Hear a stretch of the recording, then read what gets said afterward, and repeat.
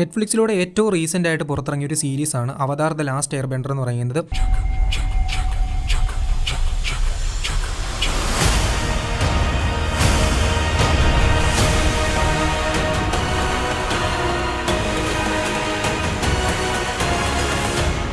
ഇതേ പേരിലുള്ള അല്ലെങ്കിൽ Avatar the Last Airbender എന്ന് തന്നെ പേരുള്ള ഒരു ആനിമേറ്റഡ് ഷോയെ ബേസ് ചെയ്തുകൊണ്ടാണ് ഈ ഒരു സംഭവം പുറത്തിറങ്ങിയിരിക്കുന്നത്. അപ്പോൾ ലോകത്തിൽ ഒരുപാട് വലിയ ഫാൻ ബേസ് ഉള്ള ഒരു ആനിമേറ്റഡ് ഷോയാണ് ദ ലാസ്റ്റ് എയർ ബെൻഡർ അല്ലെങ്കിൽ Avatar the Last Airbender എന്ന് പറയുന്നത്.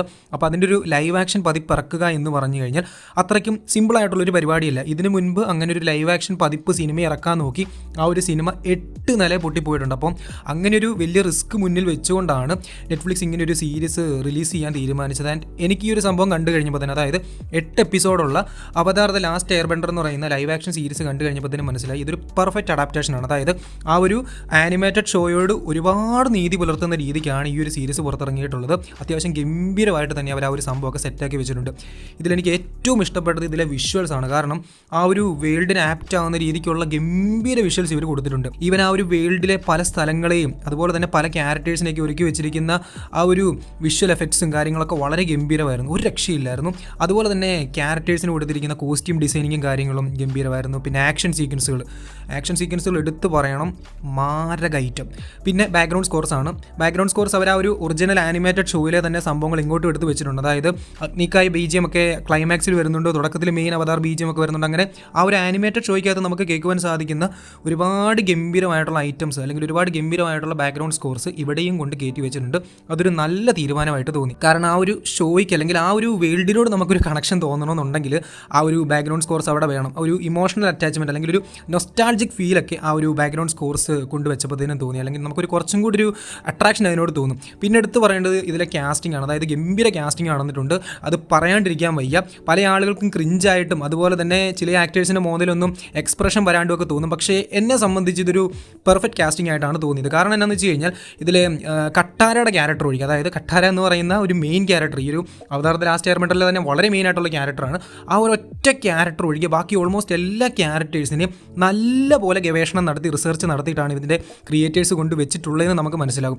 എസ്പെഷ്യലി സോക്കയുടെ ക്യാരക്ടർ, ജൂണിൻ്റെ ക്യാരക്ടർ, അതുപോലെ തന്നെ ആങ്ങിൻ്റെ ക്യാരക്ടർ, ഇതൊന്നും പോരാഞ്ഞിട്ട് അങ്കിൾ ഹീറോയുടെ ക്യാരക്ടർ ഒരു രക്ഷയില്ല. അങ്കിൾ ഹീറോയെ വേറെ ലെവലായിട്ട് കാസ്റ്റ് ചെയ്ത് കൊണ്ട് വെച്ചിട്ടുണ്ട്. ഇതിലും ഗംഭീരമായിട്ടുള്ളൊരു കാസ്റ്റിംഗ് ഇനി നമ്മുടെ മനസ്സിൽ ചിന്തിച്ച് പോലും നോക്കാൻ പറ്റത്തില്ല. അങ്ങനെ ഓൾമോസ്റ്റ് എല്ലാ ക്യാരക്ടേഴ്സിനും, ഈവൻ സൂക്കോയുടെ ക്യാരക്ടർ പോലും ഒരു പെർഫെക്റ്റ് കാസ്റ്റിംഗ് ആയിട്ടാണ് തോന്നി. കാരണം ആ ഒരു ക്യാരക്ടേഴ്സിൻ്റെ സ്ട്രഗിളും കാര്യങ്ങളൊക്കെ അത്യാവശ്യം ഗംഭീരമായിട്ട് തന്നെ അവർ അഭിനയിച്ച് കാണിച്ചിട്ടുണ്ട്. പക്ഷേ എനിക്ക് ആ ഒരു കട്ടാരയുടെ ക്യാരക്ടർ മാത്രം അത്ര പെർഫെക്റ്റ് ആയിട്ട് തോന്നിയിട്ടില്ല. കാരണം പുള്ളിക്കാരുടെ മോന്തയിൽ നമുക്ക് ആനിമേറ്റഡ് ഷോയ്ക്ക് അത് കാണുന്ന ആ ഒരു ക്യാരക്ടർ കൊണ്ടുവരുന്ന ആങ്കറോ അല്ലെങ്കിൽ ആ ഒരു എക്സ്പ്രഷൻസോ ഒന്നും വരുന്നില്ല. ആ ഒരു ഒറ്റ കല്ലുകടി മാത്രമേ എനിക്ക് ഇതിലെ ക്യാരക്ടേഴ്സിനെ കണ്ടപ്പോൾ തോന്നിയുള്ളൂ. പക്ഷേ ബാക്കിയുള്ള കാര്യങ്ങളൊക്കെ നോക്കും, അതായത് ഇതിലെ കാസ്റ്റിങ്ങും അവരുടെ പെർഫോമൻസും അവർക്ക് മൊത്തത്തിലുള്ള ആ ഒരു ലുക്കും എല്ലാം വളരെ പെർഫെക്റ്റ് ആയിട്ട് തന്നെയാണ് ഫീൽ ചെയ്തത്. പിന്നെ ആ ഒരു വേൾഡിനെയും വളരെ ഗംഭീരമായിട്ട് തന്നെ ഡെവലപ്പ് ചെയ്ത് വെച്ചിട്ടുണ്ട്. അതായത് ഈ ഒരു 8 എപ്പിസോഡിലൂടെ തന്നെ അവർ പല കാര്യങ്ങളെ നല്ലപോലെ കാണിച്ചിട്ടുണ്ട്. ഈവൻ നമ്മൾ ആനിമേറ്റഡ് ഷോയ്ക്കകത്ത് കാണാത്ത പല സീൻസ് പോലും ഇവരിവിടെ ഉൾപ്പെടുത്തിയിട്ടുണ്ട്. അതായത് വളരെ ഗംഭീരമായിട്ട് ആ ഒരു ഒറിജിനൽ ആനിമേറ്റഡ് ഷോയ്ക്ക് ഒരു ട്രിബ്യൂട്ട് എന്ന രീതിക്കാണ് ഇവർ കാര്യങ്ങളെ റെഡിയാക്കി വെച്ചിരിക്കുന്നത്. കാരണം അതിൻ്റെ ആ ഒരു മികവ് ഇവിടെയും വരണം. അതുപോലെ തന്നെ നമുക്ക് അതിനകത്ത് കാണാതെ പോയ ചില കാര്യങ്ങളെ കൊണ്ടുവരണം. അങ്ങനെ ഓൾമോസ്റ്റ് എല്ലാ കാര്യങ്ങൾക്കും നല്ലൊരു ക്ലിയറൻസ് ഇവർ കൊടുത്തിട്ടുണ്ട്. പിന്നെ ഒറിജിനൽ ഷോയിൽ നിന്നും കുറച്ച് ഡിഫറൻ്റ് ആയിട്ടുള്ള കാര്യങ്ങൾ ഉൾപ്പെടുത്തിയിട്ടുണ്ട്. അതായത് സ്റ്റോറി ലൈനിലും ക്യാരക്ടേഴ്സിലും ഒക്കെ അങ്ങോട്ടും ഇങ്ങോട്ടും കുറച്ച് ചേഞ്ചസ് വരുത്തിയിട്ടുണ്ട്. അതായത് ഈ ആനിമേറ്റഡ് ഷോയ്ക്കകത്ത് നമ്മൾ കാണുന്ന പല കാര്യങ്ങളും ചിലപ്പം ഈ ഒരു ഷോയ്ക്കകത്ത് അല്ലെങ്കിൽ ഈ ഒരു സീരീസിനകത്ത് കണ്ടെന്ന് വരത്തില്ല. അതുപോലെ തന്നെ ചില ക്യാരക്ടേഴ്സിനൊക്കെ നേരത്തെ കൊണ്ട് കയറ്റി വെച്ചിട്ടുണ്ട്. അതുപോലെ തന്നെ ചില ഇവൻറ്റ്സ്, അതുപോലെ തന്നെ സൂക്കോയുടെ ക്യാരക്ടറുമായിട്ട് റിലേറ്റ് ചെയ്ത് നിൽക്കുന്ന ഒരു പ്രധാനപ്പെട്ട കാര്യമുണ്ട്. അതിനെയൊക്കെ ഇവർ ഒരു ബ്രില്യൻ്റ് ആയിട്ടുള്ള രീതിയിലൂടെ കണക്ട് ചെയ്ത് വെച്ചിട്ടുണ്ട്. അത് ഞാൻ പറഞ്ഞു കഴിഞ്ഞാൽ സ്പോയിലർ ആയിട്ട് പോകും, പക്ഷേ നിങ്ങൾക്ക് സീരീസ് കാണുമ്പോൾ തന്നെ മനസ്സിലാകും.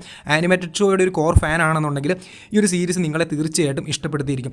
പിന്നെ എനിക്ക് ആനിമേറ്റഡ് ഷോയാണ് ഇഷ്ടം, ഇത് ലൈവ് ആക്ഷൻ ചെയ്ത് കഴിഞ്ഞാൽ എന്താണെങ്കിലും രക്ഷപ്പെടാൻ പോകുന്നില്ല, ഇതൊക്കെ ശോകമായിട്ട് ഇരിക്കൂ എന്നുള്ളൊരു മൈൻഡ് സെറ്റിലിരിക്കുന്ന ആളാണ് എന്നുണ്ടെങ്കിൽ ഞാൻ നിങ്ങളെ ഒരിക്കലും ഈ ഒരു സീരീസ് കാണാൻ പ്രേരിപ്പിക്കത്തില്ല. പക്ഷേ എന്നെ സംബന്ധിച്ച് അവതാർ എന്ന് പറയുന്ന ആ ഒരു സംഭവത്തിൻ്റെ കോർ ഫാൻ ആയതുകൊണ്ട് തന്നെ എനിക്കിതൊരു പെർഫെക്റ്റ് അഡാപ്റ്റേഷൻ തന്നെയായിട്ടാണ് തോന്നിയത്. കുട്ടിക്കാലത്ത് സ്കൂളിൽ നിന്നൊക്കെ നേരെ വീട്ടിലോട്ട് വന്നു കഴിഞ്ഞിട്ട് ഈ ഒരു സാധനം കാണാൻ വേണ്ടിയിട്ട് ഇരിക്കും. അല്ലെങ്കിൽ എപ്പിസോഡ് ബൈ എപ്പിസോഡ് കുത്തിപ്പിടിച്ച് കൊച്ചു TV-കകത്തൂടെയും അതുപോലെ തന്നെ തമിഴിലെ ചുട്ടി TV-കകത്തൂടെയൊക്കെ ഇരുന്ന് കണ്ടു തീർത്തൊരു സാധനമാണ് ഈ ഒരു അവതാർ ദ ലാസ്റ്റ് എയർ ബെൻഡർ എന്ന് പറയുന്നത്. പറയുന്നത്.